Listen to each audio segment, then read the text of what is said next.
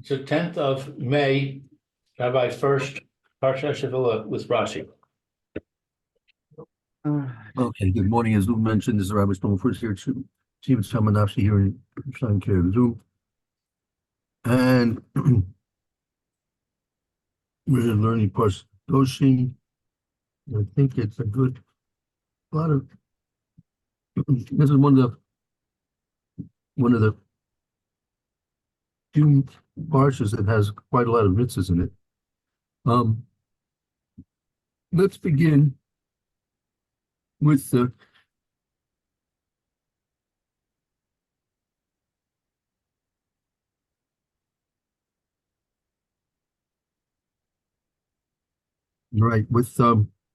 in the Perek Chaf, Pasuk Aleph. Chaf is 20. Yud is 19. Yud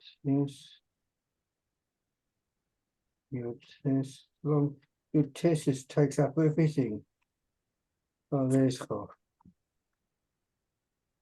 Yud is very, very long.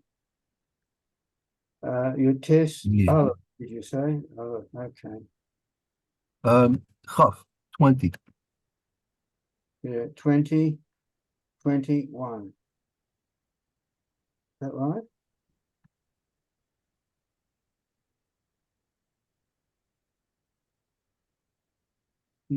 Sorry, is it 20, Pasuk 1? And verse 1, right? Correct. You'd like to read that, right?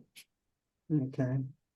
V'yedaber Hashem el Moshe lamo. Base.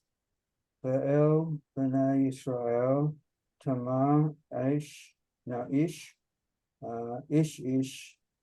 mibnei Yisrael yomin hager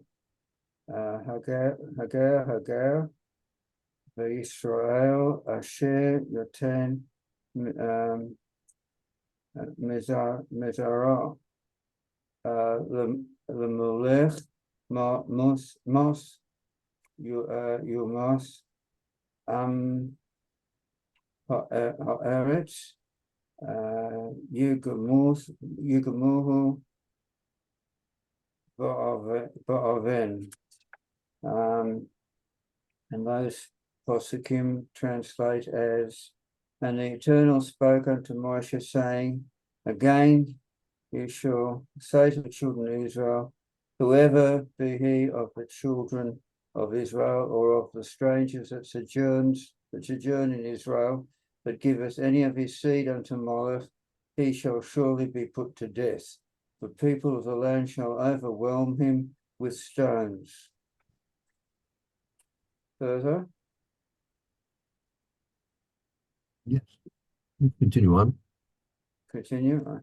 V'ani aten es pnei ba'ish hahu v'hichrati also mikerev also a'amah ki Mizra'ah nasan l'malech l'ma'an mitay es mikdoshi Ula es shem kotshi. And I will set my face against that man and will cut him off from among his people, because he has given of his seed to Molech, to defile my sanctuary and to profane my name, the name of my holiness. David? Okay. Let's wait here. Let's see a few Rashis on this. Let's back up and do the Rashis on base. Here's base Gimel and base and Gimel.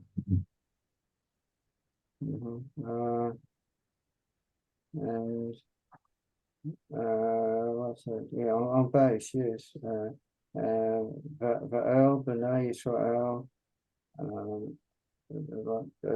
Tamar, is that right? Tamar. Again, you'll say to the children of Israel, the punishments for the transgression of the prohibitions mentioned in the previous chapters. That's what you'll say. And Right. Meaning, these are the punishments. We listed the transgressions previously. Now these are the punishments. oh, all right. Amos, your mos, he shall surely be put to death by sentence of the court, says Rashi. And if the court has not sufficient authority to carry this out, what would that be? Then, haaretz, etc., then the people of the land shall assist them. That's from Sifra. And there's a footnote too, which I have to, if you want it, I have to search it in the back of this paper. Haaretz, the people of the earth, but the people for whose sake the earth was created, the people of the earth, that people for whose sake the earth was created, that's Israel. Right. So this, I want to spend a little time on this Rashi. Let's look at this Rashi again a little bit more in depth. Haaretz, okay. The people of the land, of the earth. Yeah. Whose sake the earth was created, that's Israel. And you can compare Rashi in Genesis 1:1, or that people which is destined to remain in possession of the land. And there's a footnote for that too, if you want later, or two. You could read the footnote. That's a good idea. All right. I'll just finish this few words. Through obedience to these commands. All right. Now I have to find the footnotes that's on page 91. Rashi's making a tremendous statement here that the people that the earth was created for, right? That for Klal Yisrael, that they should be observing the mitzvahs of HaKadosh Baruch Hu. That's the purpose of the creation. Yeah, Roy, go ahead. You found something? Okay, so there were three footnotes, 4 footnotes. Okay. Rashi explains that salt makes the stones heavier. No, that wasn't it. All right. 2, the suggestion is that the people of the land shall stone him is not an explanation of mus yomos, it should be put to be put to death. The people of the land, etc. For this would be more naturally expressed by the omission of the words yomos and the use of the sentence Varagmo hu im haaretz. And the footnote 3, what was that for? I can't see where footnote 3 was. That was footnote 2. Oh, footnote 3 was for or that people which is destined to remain in possession of the land. Okay. Footnote 3 that says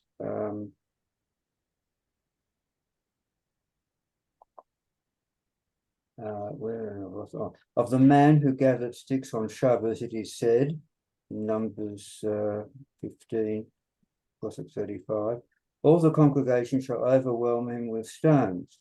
Of the rebellious son, it is stated in Deuteronomy 21:21, all the men of his city shall overwhelm him with stones. The term all the congregation and the men of his city are quite definite in their meaning. Here, however, the expression the people of the land is used.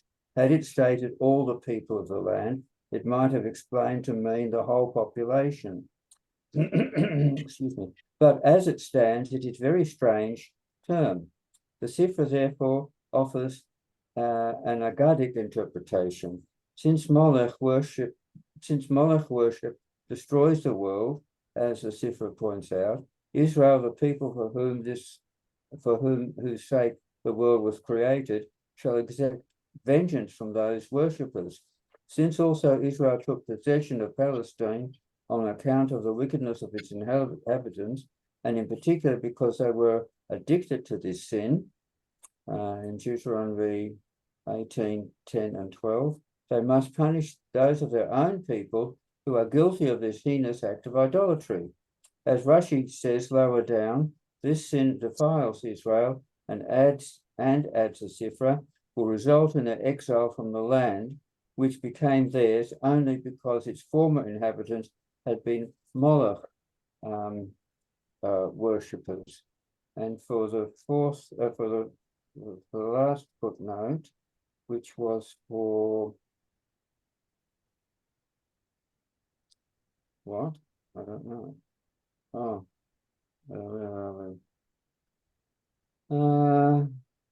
Oh, it was because to do with to defile my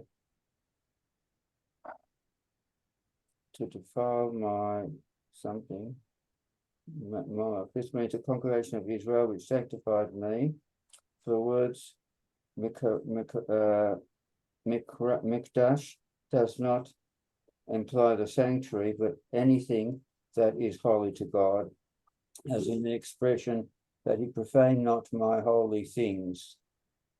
All right, and so footnote 4 says for that,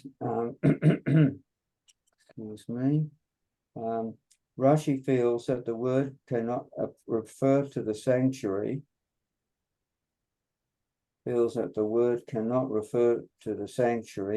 because the Moloch service did not take place there. He therefore refers to the Israelites, who should be a people holy to God. He points out that the word is used of things holy to God in 21:23, where it refers to the partition veil and the altar, according to Rashi, to the holy sacrifices. Compare, however, Sifra and Nachmanides.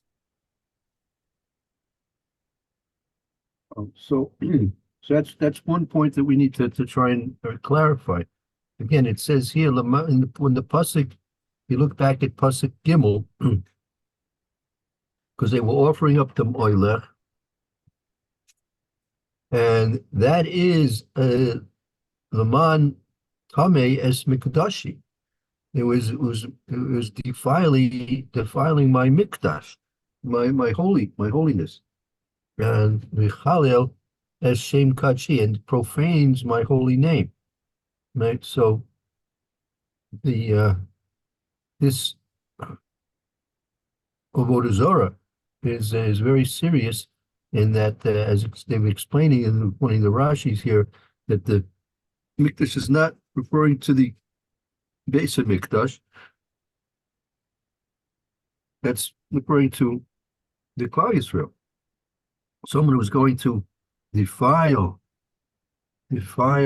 themselves or their sons through the offering of their sons to Moilech, as was apparently the corrupt practice of the pagans of Canaan. So that's a desecration, defilement of that which is holy, meaning the Klal Yisrael, and also it's a defamation of Kadosh Baruch Hu's holy name. Because Kadosh Baruch Hu attaches himself to the Jewish people. The question is, how is it? Okay, it's a defilement of the Jewish people, but how does that result in a defamation of the name of Kadosh Baruch Hu?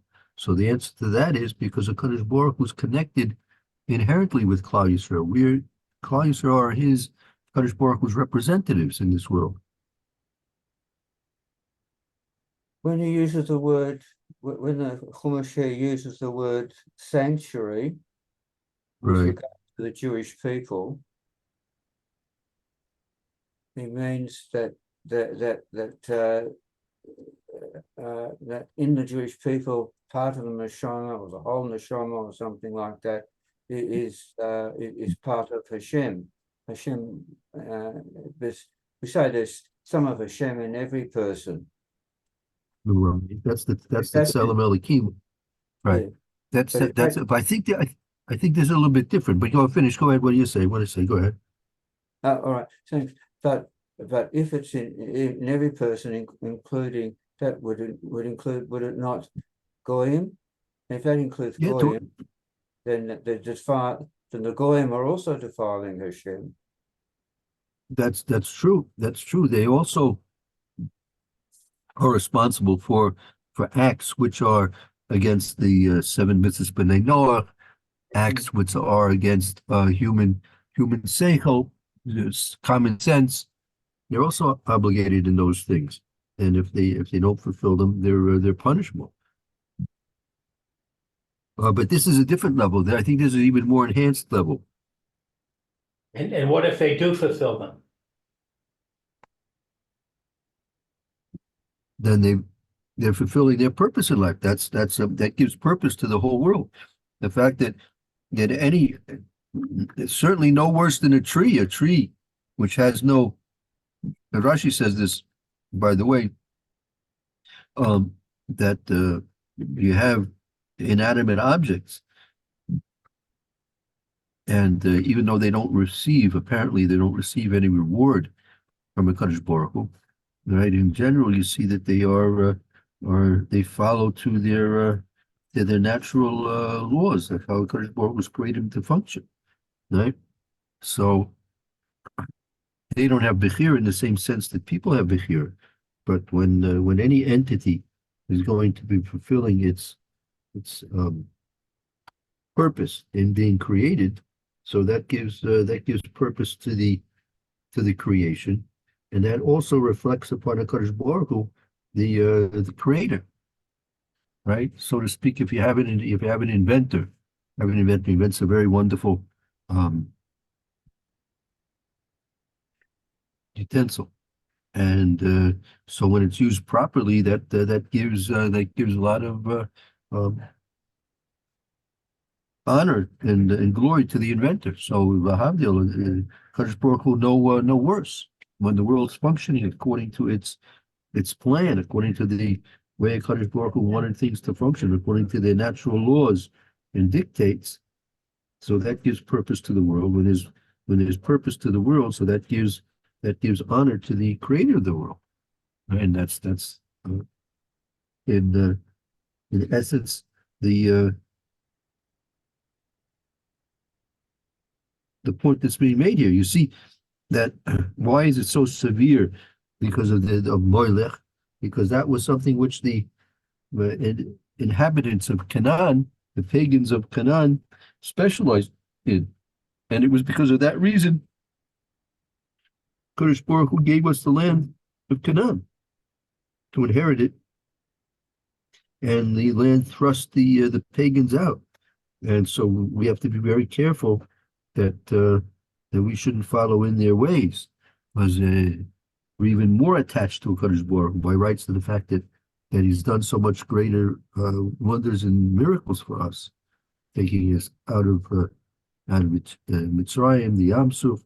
He found the Avos, Abraham Avinu, Yitzhak Avinu, and Yaakov Avinu. He found them to be true to him, and he gave them certain promises, which he fulfilled. And in the Skus of the Avos and the Skus of the very, very many miracles Hashem's done through us through all the many generations, so we have greater obligations to Kadosh Baruch Hu than the just the regular non-Jews, right? And if you see that, you see if Hashem took punishments out on them, right? So we have to be even much more careful about ourselves, that we shouldn't take punishments out on. I'm wondering from the other ourselves. side, if we can't do it, it says if the court is not able to enforce the law to stop Right. the practice of Molech, I'm wondering if this is giving us permission to go to a non-Jewish court to stop the practice. Let's say I'm living in California and I find out that there's a satanic cult that is performing human sacrifice. They're basically putting their children to Molech. Right. So the Beis Din in California doesn't have any authority to act in such a matter. Right. But we could say, well, go to the secular court, go to the American court, and bring charges against these people in that court, even though we're not supposed to do that generally. I mean, possibly. That It's also against them, their laws.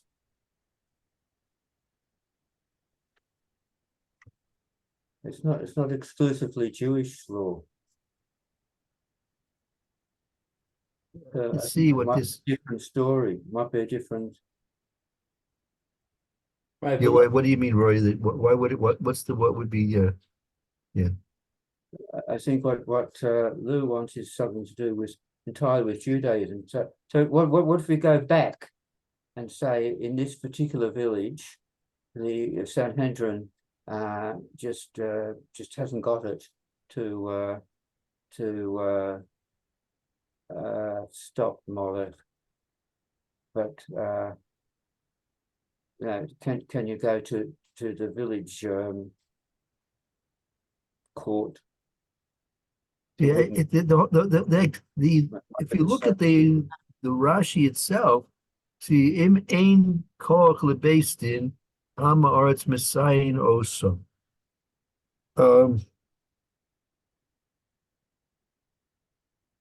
The am haaretz, the people of the land, what does it mean mesayin oso? They assist them. What's that supposed to mean? They assist them.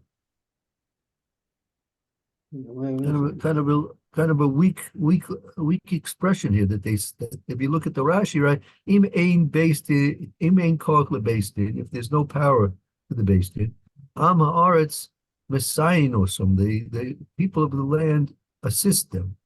I'm not sure what that means. What does it mean? What kind of assistance? that's what I'm asking. That's what I'm postulating, that's giving us permission to utilize the non-Jewish court even against a Jew.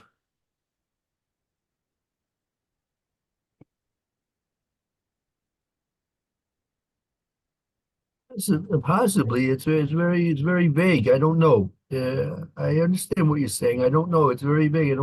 There's very little. I don't see very much explanation about this exactly. Um,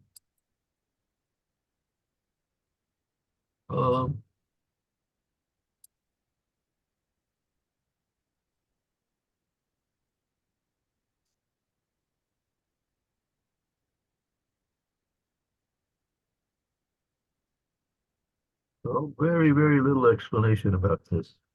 Yeah. Very little ones. Um, The people of the land shall assist. right. The people of the land. Who are the people of the land? Anybody who lives on it. Anybody. Right.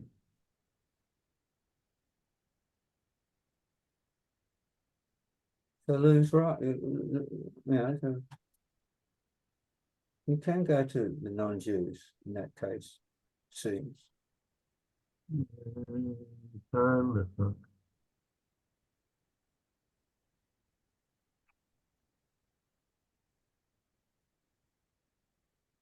See, see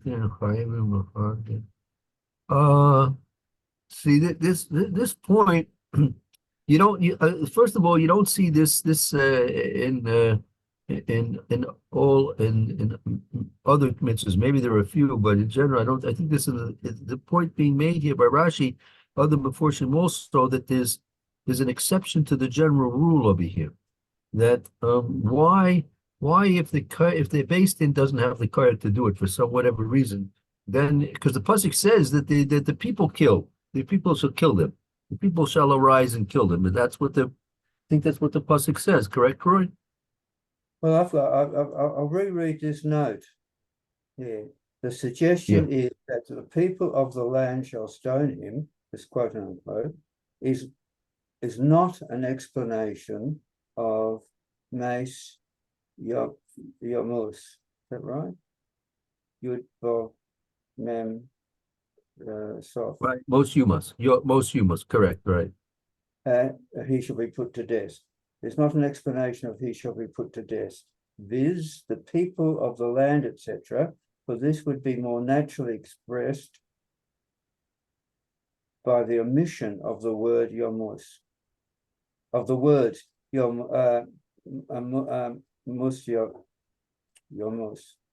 and the use of the sentence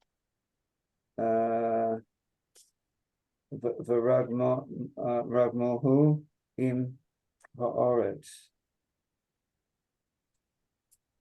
that they wouldn't be in this possible, in this what we're discussing.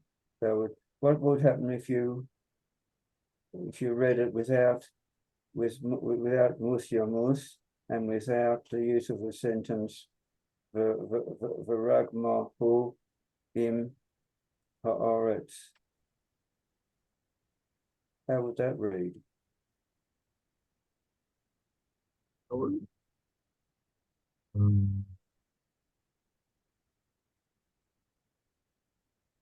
Not sure. That means that there's a command. There seems to be a specific command on the people that they should take over now, right? Hmm.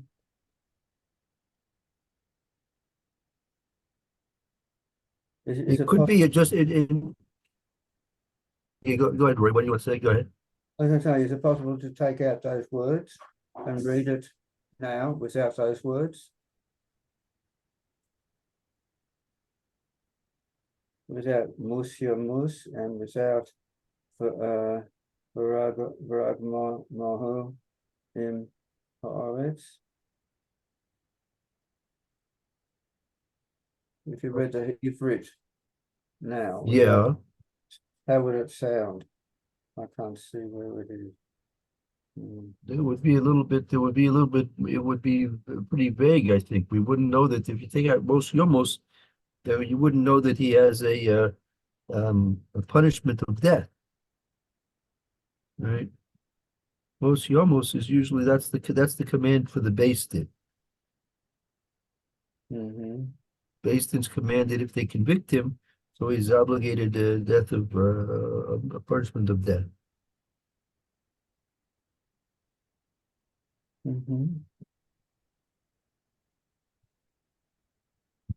But the people are involved here. This is something that why is it uniquely here? Apparently, the exclusion of I'm not sure about all mitzvahs, but many other mitzvahs, you don't see that the people are involved necessarily in the actual punishment of the sin. Here, they're actually involved in the punishment of the sin. First and foremost, the priority is given to the Beis Din. Then, for some reason, if the Beis Din is not capable, for some whatever reason, then the people have the obligation to kill through stoning, as it says. So, and that's what Rashi and other Meforshim are explaining, because this was such a serious sin that the previous pagan residents of Eretz Yisrael were culpable because of this sin, and that's why they were driven off the land, and that's why Klal Yisrael was given the land instead of them. That therefore, if we fall into this type of avodah zarah, which was the cause of the previous inhabitants of Eretz Canaan, the pagan Moloch worshippers of Eretz Canaan, they were driven off the land because of this sin. So we certainly have to be much more careful about keeping away from such a sin. So therefore, And if not, we'll be cast off from the land as well. So that's why the people are inherently involved in this mitzvah, because they have an inherent interest in seeing fit that these sins don't exist, especially here in Eretz Israel. So that could be, if maybe it's only possible if it's in Eretz Israel, and in Chutz La'aretz it may not exist. This other point, maybe forbidden to do it in the rest of the world, but only in Eretz Israel that the people may only be allowed to get involved because it's something specific to their remaining on the land. If they don't enforce this law themselves, it's very possible that they may not be on the land.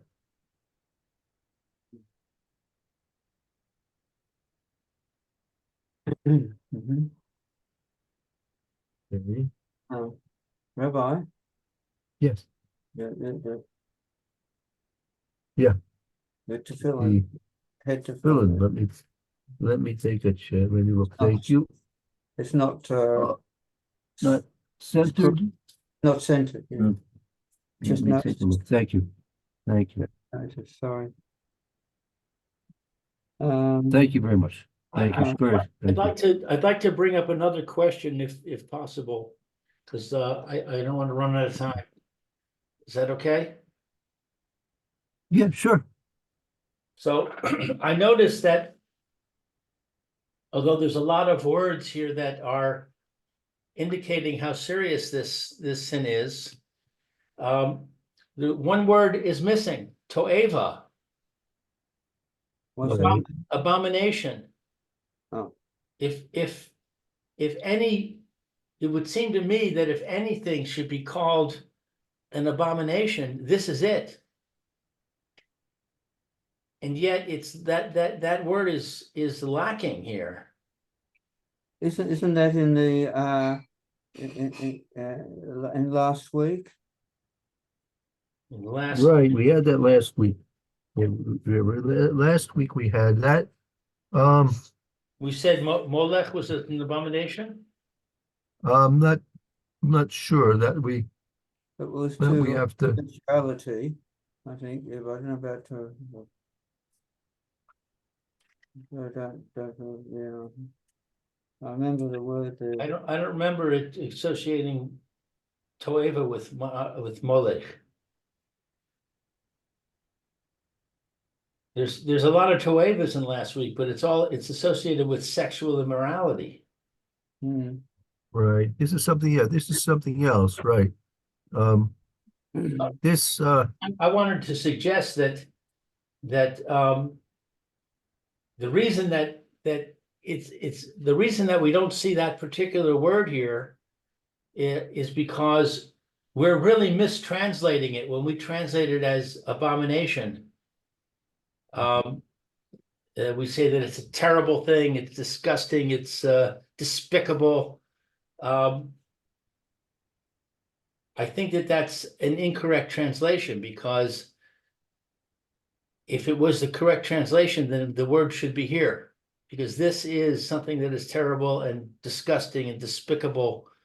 This is about as bad as you can get, to throw your child into a fire and kill your child for avodah zarah.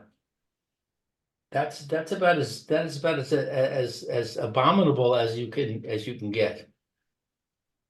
I think the word abomination is the word to'eva is much more complex than the idea of abomination.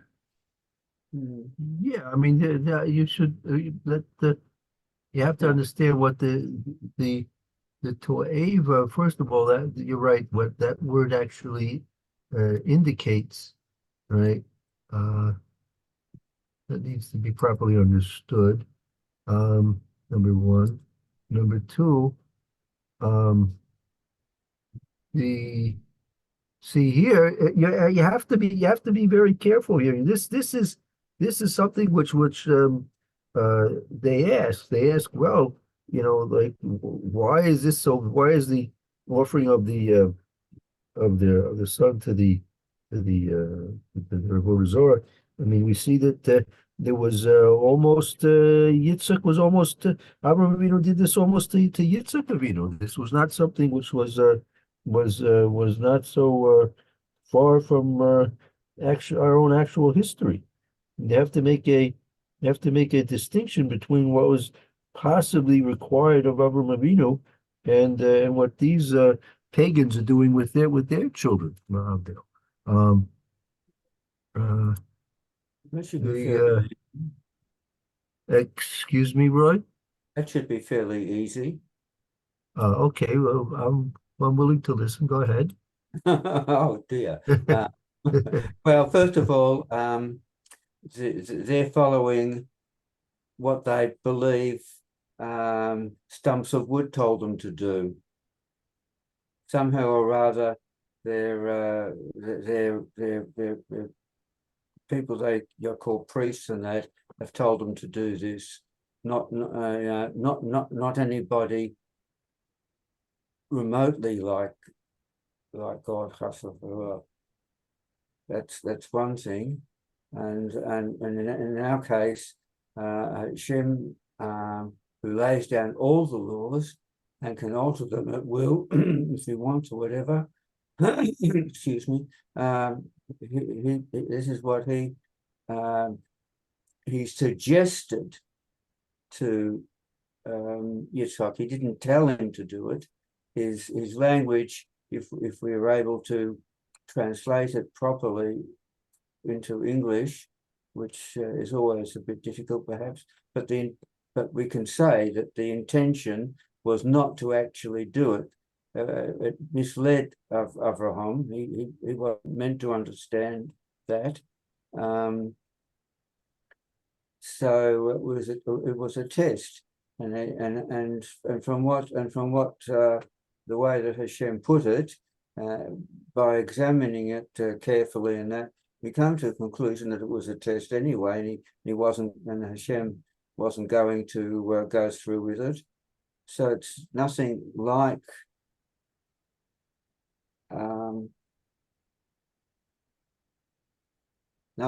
what we've got here with the Goyim.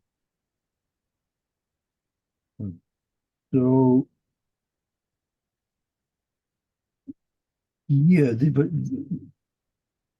the fact that Hashem was commanding him, right? So that does make it a big difference between what they're doing or what possibly Abraham Avinu was expected to do.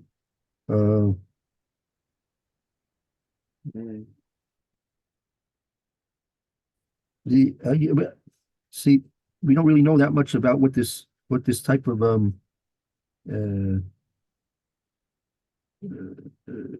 Zorah was really all about.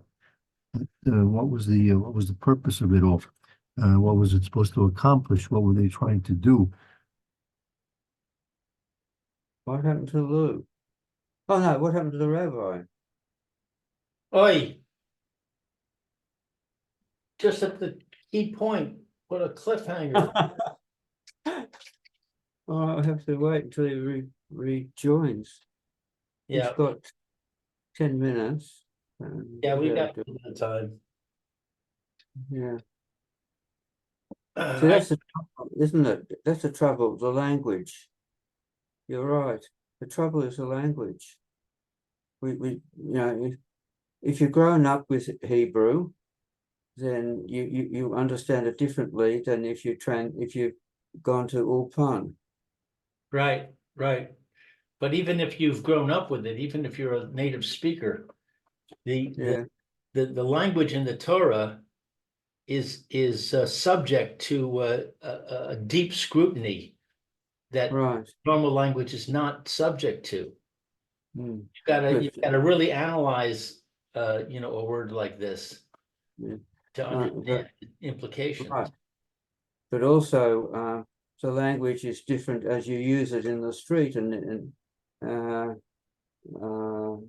language of the Torah, I think, is also meant to be easily understood by the average person. It's not exclusive to the brightest of the bright. It belongs to everybody. Even I'm supposed to understand some of it.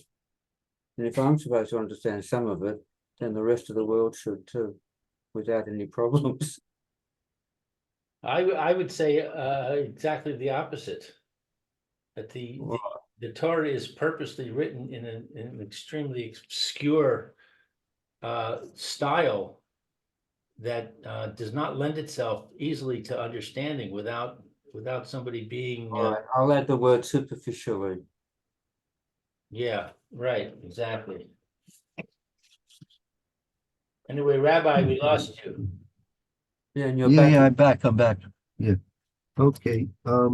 Yeah, what was the point that I missed while I was gone temporarily there and whatever happened in the clouds? We were just debating the idea that the Torah terminology, the actual wording is accessible to the average person or not. Well, at a basic level, that's true. But again, like, you need without without the commentaries, without the insights of Chazal and the Rishonim and the Chochmei Torah, you don't really sometimes even at all understand the real true meaning of it. Right? There's a superficial meaning which is valid, but only up to an extent. Right? It's meant to be understood in a superficial way, but it's not meant to be to be uh, remaining at that level, right? Even when they teach children, when they're 5, 6, 7 years old, right? So they're not going into very deep and great things, but they're teaching them the basic understanding of the words, which is the primary foundation of everything that's going to follow. But you can't remain at that. That's what happens a lot of times. People remain, unfortunately, uneducated, and even if they had a early education in Torah, they remain uneducated in keeping with their maturity. Right? Yeah, I was wondering, how long was it before we had the Torah from the year dot? It was there with Adam Rishon, right? Is that right? Adam Rishon was given look, with the Torah as we have it came with Moshe Rabbeinu, but that Adam Noah had certain thing. I mean, again, not very much was written down at all. Writing was not that was not the norm. Okay, then. So what I'm asking is, so how long was it before we had an exposition, either verbal and or written, of the Torah? How long was it before that the Torah was around, that we had to grapple with it on our own? It didn't Well, come, I mean, with Rashi. no, but again, Moshe Rabbeinu, when Moshe Rabbeinu was given the Torah and we accepted the Torah, so Moshe Rabbeinu, throughout his giving the Torah to Klal Yisrael during the time that we spent in the Midbar, that was given with its written aspects, and it's also its oral commentary. Yeah. So it had Rashi already, so to speak. Rashi hadn't written it down, but Rashi was there. So to speak, yeah, so to speak. Yeah. Okay. Rashi just sort of found out what it was that Moshe Rabbeinu had included in his in giving over Hashem's Torah. Yeah, well, there was a lot more that Moshe Rabbeinu gave us than just the Rashi. I mean, all the, it's mind-boggling for me to try and imagine, what was actually taking place, how much information was actually being given. Time when Moshe Rabbeinu was teaching the Torah to Klal Yisrael. It's hard for me to imagine exactly. All right.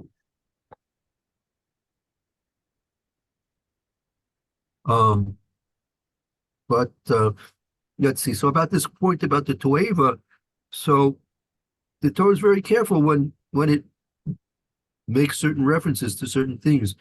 Certain crimes are not mentioned. There's no mention of what there is, but certain things are, and then a Moloch not.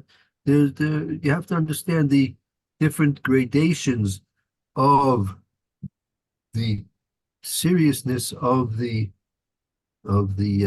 sin, and correspondingly the punishment. Any type of a sin, whether it's great or small, that's what Rabbeinu Yonah and Sarai Tshuva mentions, that it's not an evaluation of the sin in terms of what we may think is the horrendousness or the seriousness of the sin, but every sin actually has a deep and profound rebellion against the Kadosh Baruch Hu. And that's the true basic sin in all types of transgressions that could take place. The basic rebellion, well, it's willfully a rebellion, or it's simply from not being careful, perhaps, right? So those things are difficult to place any type of a value on, right? Just like we don't know the real true reward of mitzvahs, so we can't really know the true seriousness of mitzvahs. I don't say the true punishment, because we know that there's various punishments, various different sins. That's clearly within our realm, because as Rashi is pointing out, Beis Din has to get involved. Beis Din has to get involved, so you have to know what to do and what and how to punish, right? But in terms of the real, true, essential seriousness and depth of the transgression, so just as we don't know the true value of the reward for any given mitzvah, we can't really know the true seriousness of any particular mitzvah as well, or vera as well. Yeah, there's no action that doesn't I'm going to say affect Hashem, or doesn't go on to Hashem, or I don't know how to put it, but I'll say just it doesn't affect Hashem. So that so if we do a sin, there's something in there that affects Hashem. If we do a mitzvah, there's something in there that affects Hashem. How strong that effect is depends a lot on many other factors, such as, for example, how assiduously we did it, or how neglectfully we did it, what it was, who it involved, how it affected other people's lives, and so on, and all sorts of things. But any action that we do is a concern of Hashem, an immediate concern of Hashem. Right. True. Okay, very good. I guess that's our time now for today. This puts me in Bezrat trouble. Hashem. Okay, want to thank you, Lou. Thank you, Roy, and I hope to see you Yom Rishon. Thank you, Rabbi. Yom Rishon, 9:00. Thank you. Bezrat Hashem, right? We're starting 9:00 schedule, 9:00 on Yom Rishon. Correct. Okay. Thank you very much. Have a good Shabbos. Have a good Thank Shabbos. you too. A good Merry Shabbos. We see you all. Shalom. Bye. And probably see Bye-bye. you later on, or shortly, Lou. Yes,